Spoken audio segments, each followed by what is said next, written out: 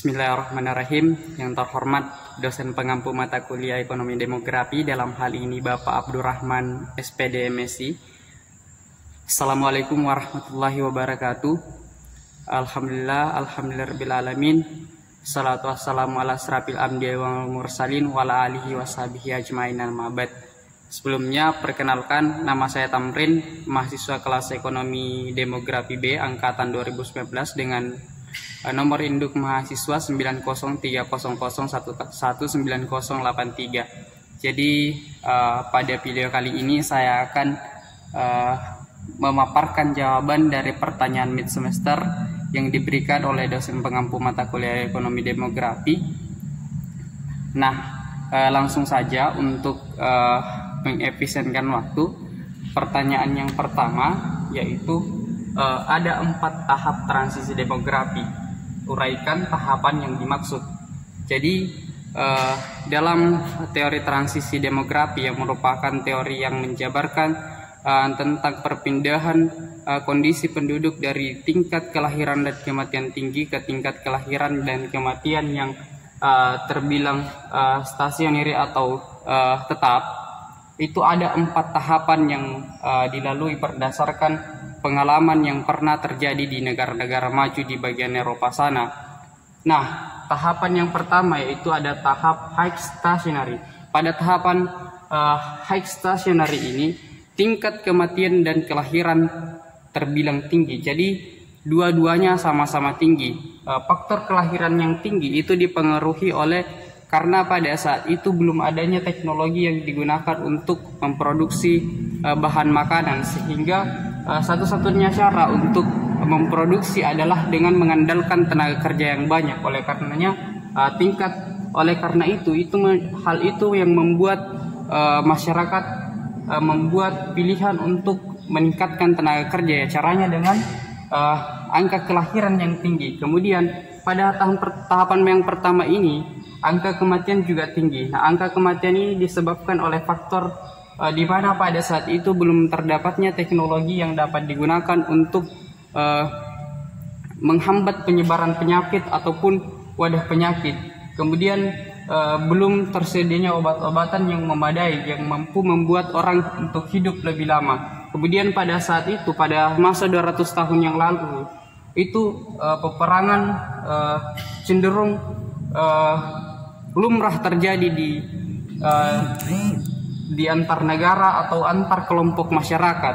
Kemudian pada tahapan yang kedua ada yang dimaksud dengan early expanding. Nah, pada tahapan kedua ini tingkat kelahiran tetap tinggi, akan tetapi kematian perlahan-lahan mulai menurun. Jadi angka kematian perlahan-lahan mulai menurun dikarenakan sudah tidak adanya perang, dan juga pada saat itu sudah ditemukannya teknologi yang mampu menghambat penyebaran wabah seperti vaksin misalnya. Nah, kemudian yang ketiga adalah tahapan late expanding. Jadi pada tahapan late expanding ini angka kelahiran juga mulai menurun. Jadi pada tahapan yang kedua tadi angka kelahiran masih tetap tinggi. Nah, kalau masuk pada tahapan yang ketiga, itu angka kematian juga diiringi dengan penurunan angka kelahiran. Nah, penurunan angka kelahiran ini disebabkan karena pada tahapan yang ketiga ini masyarakat sudah tahu menggunakan alat kontrasepsi dalam hal berhubungan. Kemudian juga pemerintah secara aktif membatasi jumlah populasi yang ada dalam negaranya, salah satunya dengan program keluarga berencana seperti yang terjadi di Indonesia sekarang. Nah, kemudian pada tahap keempat yaitu pada tahap low stationary. Nah, pada tahap low stationary ini penduduk cenderung tetap. Jadi jumlah penduduk cenderung tetap dikarenakan tingkat kematian itu diimbangi dengan tingkat kelahiran. Jadi misalkan ketika dalam suatu negara seperti Indonesia misalnya dalam tahun 2020 itu jumlah penduduk yang mati atau tingkat penduduk yang mati sebanyak 5%. Nah, itu diimbangi dengan tingkat kelahiran pada tahun tersebut sebanyak 5%. Jadi artinya pada tahun selanjutnya penduduk cenderung tetap sama dengan tahun yang lalu. Pertanyaan selanjutnya yaitu jelaskan beberapa indikator yang dapat digunakan dalam menganalisis kependudukan serta kemukakan 3 model piramida penduduk. Jadi kita jelaskan dulu bagian pertamanya, yakni indikator yang dapat digunakan dalam menganalisis kependudukan. Yang pertama yaitu laju pertumbuhan. Laju pertumbuhan penduduk ini dilihat dengan membandingkan jumlah penduduk tahun sebelumnya dengan tahun sekarang. Nah, dari situ kita dapat melihat bahwa penduduk bertumbuh positif atau negatif. Hal yang berpengaruh dalam laju pertumbuhan ini adalah variabel-variabel seperti tingkat kematian, tingkat kelahiran, atau faktor migrasi. Kemudian tingkat kepadatan. Tingkat kepadatan ini dapat diukur dengan cara membagikan jumlah populasi penduduk yang ada dalam suatu wilayah dibagi dengan luas wilayah tersebut. Jadi di sini kita dapat melihat bahwa per 1 kilometer sekian penduduk, sekian rata-rata penduduk yang tinggal. Kemudian ada sex ratio. Sex ratio ini diukur dengan cara membandingkan total populasi perempuan dengan total populasi laki-laki, sehingga kita dapat melihat dalam suatu penduduk itu didominasi oleh jenis kelamin laki-laki atau perempuan. Kemudian angka beban ketergantungan. Nah, angka beban ketergantungan ini melihat bagaimana komposisi penduduk suatu negara, apakah didominasi oleh penduduk usia produktif atau justru didominasi oleh penduduk yang kurang produktif, yang kurang atau tidak produktif seperti anak-anak dan orang tua. Nah, kemudian selanjutnya ada 3 model piramida penduduk. Yang pertama yaitu model ekspansif. Jadi dalam melihat piramida penduduk itu, sebelumnya dalam melihat piramida penduduk itu kita tentukan dulu bahwa di bagian bawah ini adalah bagian yang merepresentasikan penduduk usia muda. Sedangkan bagian yang di atas itu merepresentasikan penduduk usia tua. Dan bagian tengahnya itu merepresentasikan penduduk usia produktif. Nah, kemudian di bagian sisi kiri dan sisi kanan, karena ini jelas terbagi menjadi 2 sisi. Nah, sisi kiri ini merepresentasikan rasio penduduk laki-laki. Jadi ketika sisi kiri lebih luas dibandingkan sisi kanannya, itu artinya laki-laki lebih banyak dibandingkan perempuan. Nah, pada model piramida ekspansif ini itu dapat dilihat dengan jelas bahwa penduduk usia muda jauh lebih dominan dibandingkan penduduk usia produktif dan tua. Kemudian pada piramida penduduk konstruktif. Nah, pada piramida penduduk konstruktif ini penduduk usia tua terbilang sedikit dan juga penduduk usia muda terbilang sedikit. Yang banyak dalam piramida penduduk konstruktif ini adalah penduduk usia produktif. Itu artinya tingkat kelahiran dan tingkat kematian rendah.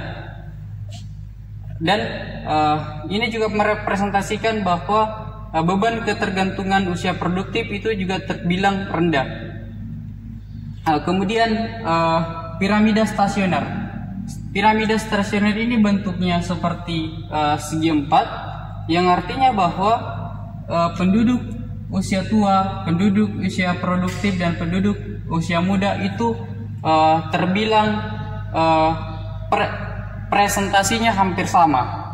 Kira-kira seperti itu. Kita lanjut kepada pertanyaan yang ketiga, yaitu apa perbedaan mendasar ketiga sumber data demografi. Jadi ada 3 sumber data demografi. Yang pertama yaitu sensus, yang kedua yaitu survei, dan yang ketiga yaitu registrasi.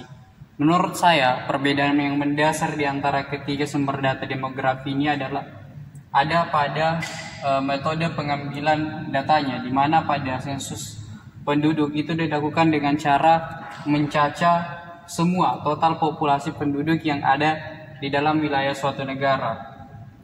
Sedangkan survei itu dilakukan hanya dengan mengambil data beberapa orang atau tidak semua orang, beberapa orang yang dianggap dapat merepresentasikan kondisi penduduk suatu negara.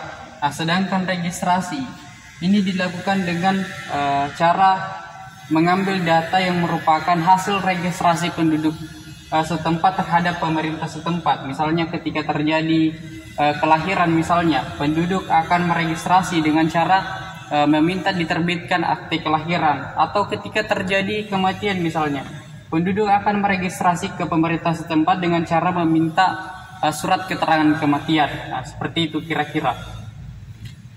Lanjut pada pertanyaan selanjutnya, yaitu teori fertilitas ditinjau dari pendekatan sosial dan ekonomi. Kemukakan dua pendekatan tersebut. Nah, jika ditinjau dari pendekatan sosial, maka teori sosial mengatakan bahwa fertilitas itu dipengaruhi oleh variabel-variabel yang bersifat sosial, seperti norma sosial misalnya. Ketika dalam suatu masyarakat memandang bahwa memiliki anak merupakan hal-hal yang positif dan diterima secara sosial, maka itu akan mempengaruhi tingkat kelahiran. Dalam hal ini, ketika dipandang positif, maka itu akan meningkatkan angka kelahiran dalam suatu masyarakat dengan pandangan sosial tersebut. Kemudian,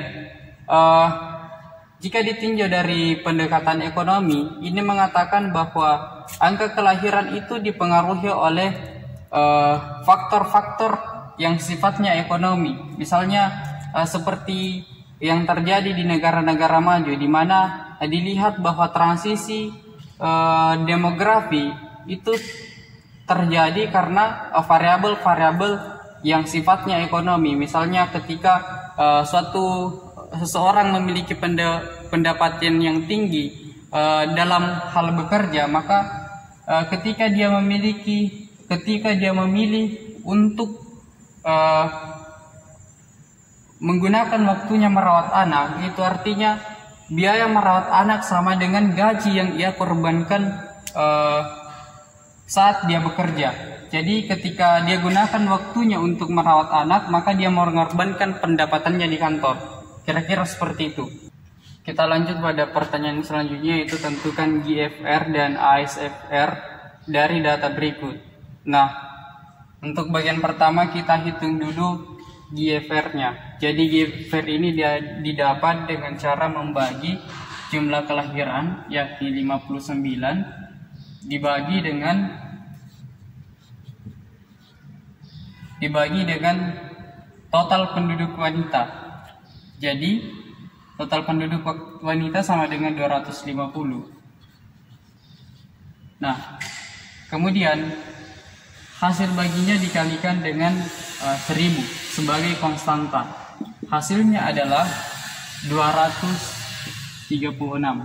Nah, hasil GFR ini merepresentasikan bahwa dalam suatu wilayah di mana komposisi penduduk yang demikian, itu potensi kelahiran dari 1000 wanita atau 1000 perempuan adalah 236 kelahiran. Nah, untuk selanjutnya yaitu ASFR.